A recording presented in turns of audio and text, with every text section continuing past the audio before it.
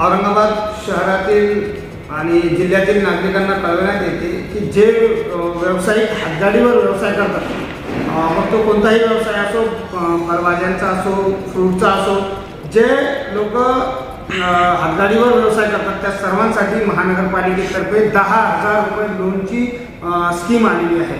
याचा आपण सर्वांनी लाभ घ्यायचा आहे। त्यासाठी ऑल इंडिया मजलिस-ए इत्तेहादुल मुस्लिमीन औरंगाबादचं जे मुख्य कार्यालय आहे दारुस्सलाम बुड्डी लाईन या ठिकाणी आपण आपल्या आधार कार्ड, पासपोर्ट फोटो, बँक पासबुकची झेरॉक्स आणि त्या हातगाडीसोबत आपण करत असलेल्या व्यवसायाच्या त्या हातगाडीसोबत फोटो काढून दारुस्सलाम या कार्यालयावर पोहोचायचं आहे। या ठिकाणी आपली संपूर्ण मदत केली जाणार आहे।